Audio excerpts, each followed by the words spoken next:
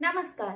तर पाटीवरची pencil, chalk हे असे खाणारे लोक ना आपल्यामध्ये 2-3 जर तर असतातच आणि तुम्ही देखील लहान असताना एकदा तरी पाटीवरची पेन्सिल खाल्लीच असेल. खाल्ली असेल तर मला कमेंट बॉक्समध्ये नक्की सांगा की तुम्ही खाल्ली आहे का नाही. तर हे पाटीवरची पेन्सिल, चॉक, माती हे लोक का खातात आणि ह्याच्यावर आपण कोणते उपाय करू शकतो जेणेकरून हे पाटीवरची पेन्सिल वगैरे खाणं आपण थांबवू शकतो. म्हणजे एक लोक इतके ॲडिक्ट होतात ना की त्यांना त्याच्याशिवाय दुसरं काहीच दिसत नाही आणि त्यांना सकाळ दुपार संध्याकाळ एक एक बॉक्स लागतो त्या पेन्सिलचा. म्हणजे मी अशी केसेस बघितले आहेत. तर ही अशी कंडिशन का होते आणि ह्याच्यावर कोणते उपाय करू शकतो ते मी तुम्हाला आजच्या व्हिडिओमध्ये सांगणार आहे. चला तर मग हा आजचा व्हिडिओ आपण लगेचच चालू करूया.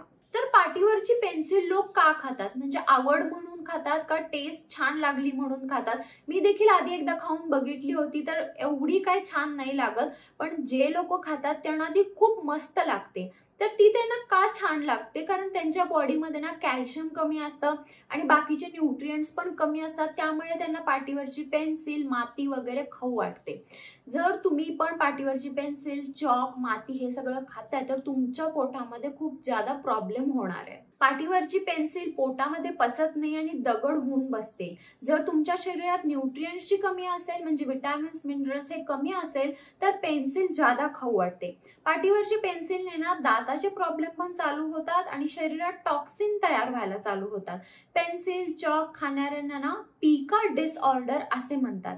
तर पिका म्हणजे अशा गोष्टींची खायची इच्छा होणे, असा हा जो डिसऑर्डर आहे ह्यांना पिका डिसऑर्डर असे म्हणतात. ज्या गोष्टी आपल्याला खाण्यासाठी आपल्यासाठी बनवलेल्या नाही आहेत तरी देखील आपल्याला त्या गोष्टी खाऊ वाटतात, म्हणजेच पिका डिसऑर्डर. म्हणजेच त्याला एका टर्म मध्ये पिका म्हणतात. जर तुम्ही प्रेग्नेंट असाल आणि तुम्हाला जर हे चॉक, पेन्सिल खाऊ वाटत असेल तर तुम्ही पहिला डॉक्टरांना कन्सल्ट करा, हे खाऊ नका.